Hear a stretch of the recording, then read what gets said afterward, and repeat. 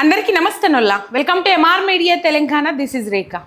గరికపాటికున్న గడ్డిపోచంత జ్ఞానం కూడా మనకు ఉండదు అని చెప్పేసి చాలా మంది మాట్లాడుకుంటూ ఉంటారు.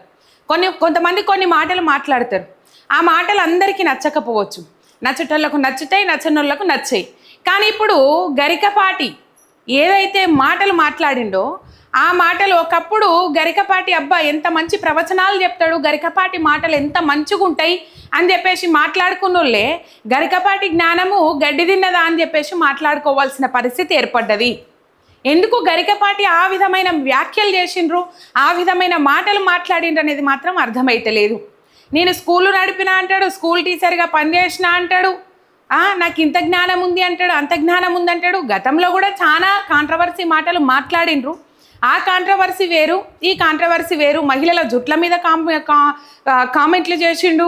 ఇటు పోతే లిప్స్టిక్ సంబంధించిన అంశాల మీద, బట్టలకు సంబంధించిన అంశాల మీద, నైటీలకు సంబంధించిన అంశాల మీద, ఇక నైటీలకు సంబంధించిన అంశాల మీద నైటీలు వేసుకునేటోళ్ళకి నచ్చలే, నైటీలు వేసుకునే వాళ్ళకి నచ్చినాయి.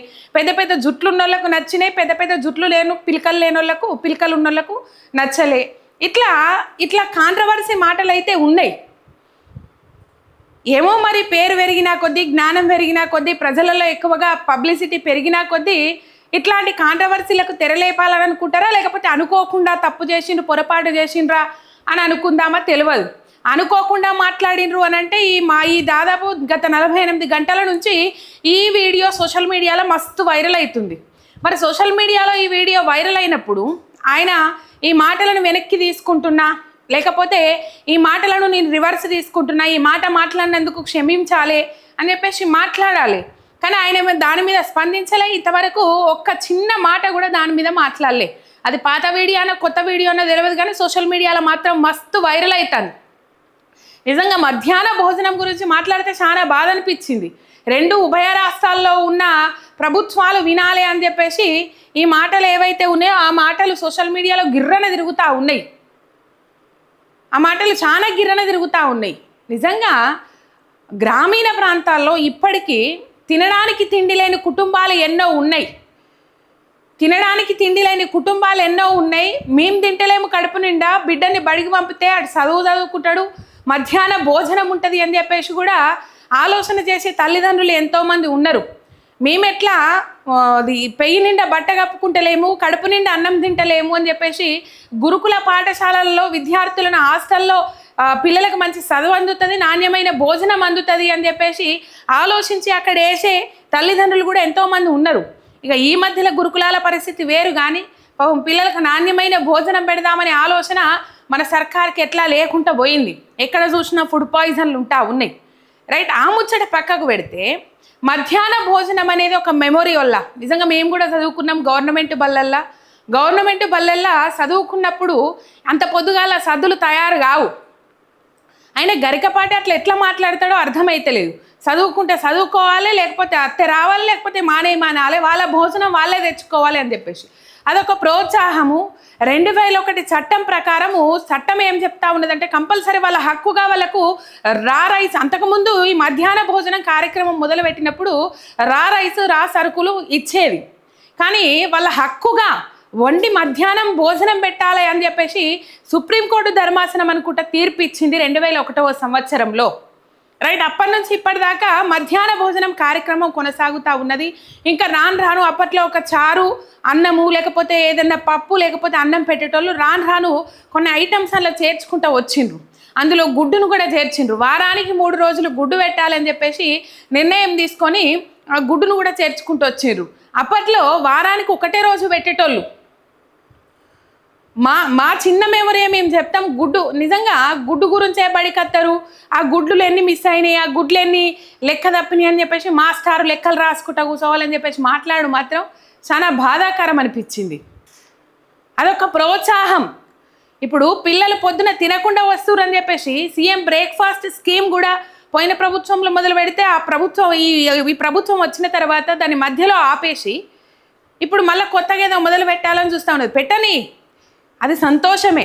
ఎందుకంటే పిల్లలు పొద్దున తినకుండా వస్తారు అని చెప్పేసి పొద్దున బ్రేక్ఫాస్ట్, మధ్యాహ్నం భోజనము, ఈవినింగ్ స్నాక్స్ ఈ విధంగా ఇచ్చే విధంగా ప్రభుత్వాలు నిర్ణయం తీసుకుంటే ఇప్పుడు గరికపాటి మధ్యలో దూరి నిజంగా ఆయన ప్రవచనాలలో మాటలే గుర్తుకొస్తున్నాయి. పానకంలో పుడకలాగా, చెంబులో చెంచలాగా, ఇట్లా ఎన్నో మాటలు మాట్లాడతారు.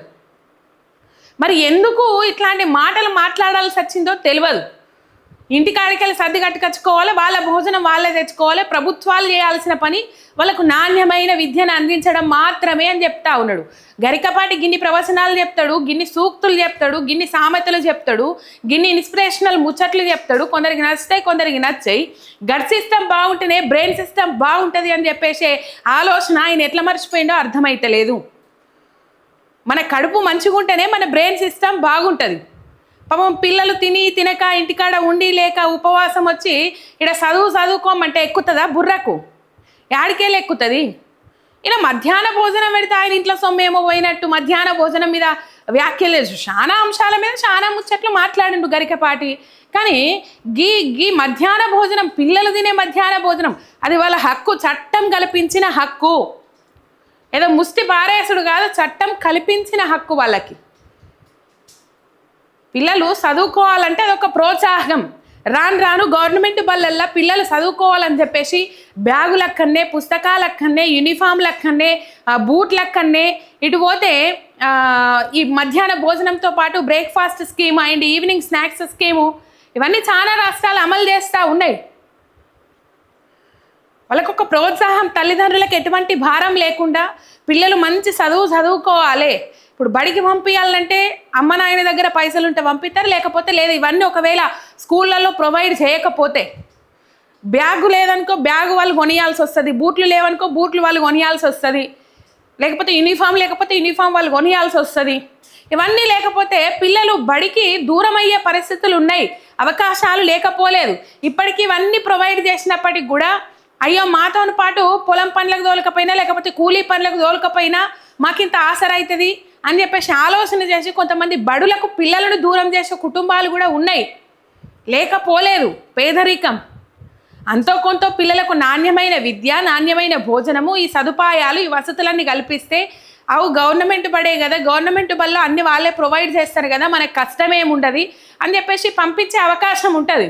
వాళ్ళు మధ్యాహ్నం పూట భోజనం పెట్టే భోజనము సద్దులు కట్టుకొచ్చుకొని ఆ స్కూళ్ళల్లో కూర్చొని చదువుకునేంత రేంజ్ వాళ్ళకు ఉంటే, అంటే అందరూ లేకని కాదు, అట్లా కొన్ని కుటుంబాలు ఉన్నాయి. వాళ్ళు ప్రైవేట్ బళ్ళేకపోతారు కదా గరికపాటి గారు.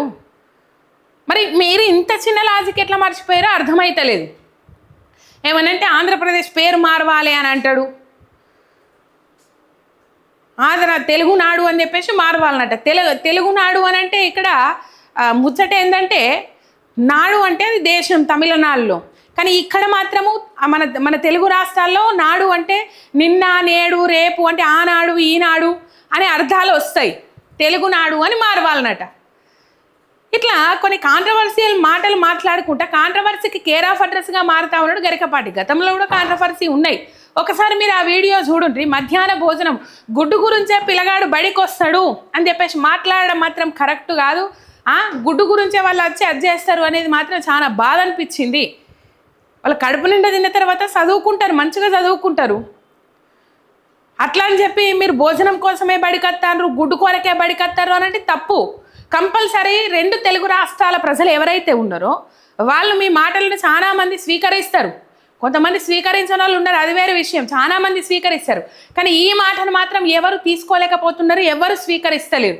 అక్కడ ఉన్న వాళ్ళు కొంతమంది నవ్విరు, పల్కున నవ్విరు, కానీ వాళ్ళకి ఏమర్థమైంది ఏమర్థం కాలేదు, నాకైతే అర్థం కాలేదు. కానీ గరికపాటి ఆ మాట మాట్లాడగానే కిలుక్కున నవ్విరు. ఒకసారి గరికపాటి వీడియో చూడు.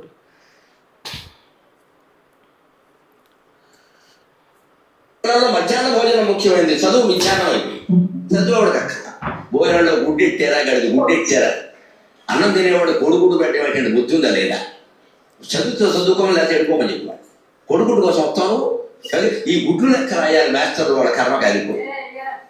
చదువు చెప్పక్కల ఎన్ని గుడ్లు వెళ్ళాయి, ఎన్ని గుడ్లు మిగిలాయి, ఎన్ని గుడ్లు మధ్యలో పేలాయి, ఎన్ని గుడ్లు ఈ మాస్టర్ తినేసాడు. ఇప్పుడు చదువు ఎందుకు చెబుతాడండి? అసలు పిల్లలకు భోజనం పెట్టడం ఏంటంటే వాళ్ళ భోజనాలు వాళ్ళు తెచ్చుకోవడం మాయమానండి. అంటే పిల్లలకు భోజనం పెట్టి పుస్తకాలు ఇచ్చి యూనిఫార్మ్ ఇన్ని ఇస్తే వాడు చదువుతాడా? శోభనం పెట్టి కొడుకున్న మంచమే కూర్చుంటాడు. ఎందుకు చదువుతాడు వాడు? విద్యార్థి తినే సౌకర్యాలా అవసరమా? చదువు రావట్లేదు ఎవరికి, భోజనాలే వస్తున్నాయి.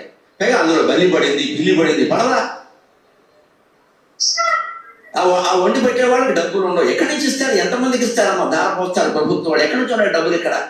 నీ డబ్బులు పెట్టి నువ్వు చదువుకో, నీ అన్నం నువ్వు తిను, నీ బట్టలు నువ్వు పట్టుకో, నీకు ఇష్టమైతే చదువు. ప్రభుత్వం పని ఏమిటంటే, ఉభయ తెలుగు రాష్ట్రాల పెద్దలందరూ వింటారు నా కెమెరా ద్వారా కాబట్టి చెప్తున్నా, ప్రభుత్వం కర్తవ్యం బాగా చదువు చెప్పడం తప్ప పుస్తకాలు ఇవ్వడం, బట్టలు కుట్టించడం, అన్నం పెట్టడం కాదు.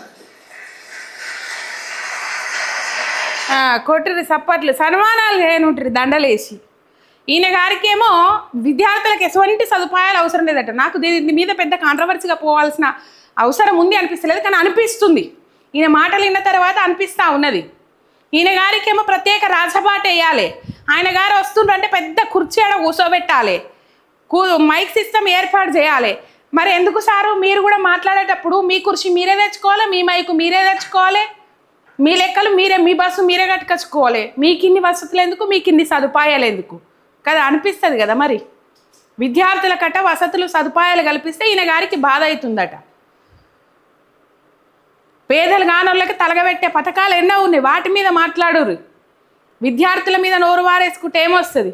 గుడ్డు కోసమే వస్తారట, అన్నం కోసమే వస్తారట బడికి పిల్లగాండ్లు. గరికపాటికి యావత్తు విద్యార్థి లోకం సమాధానం చెప్పాల్సిన అవసరం ఉన్నది. యావత్తు చదువుకునే పిల్లలకి క్షమాపణ చెప్పాల్సిన అవసరం కూడా ఉన్నది.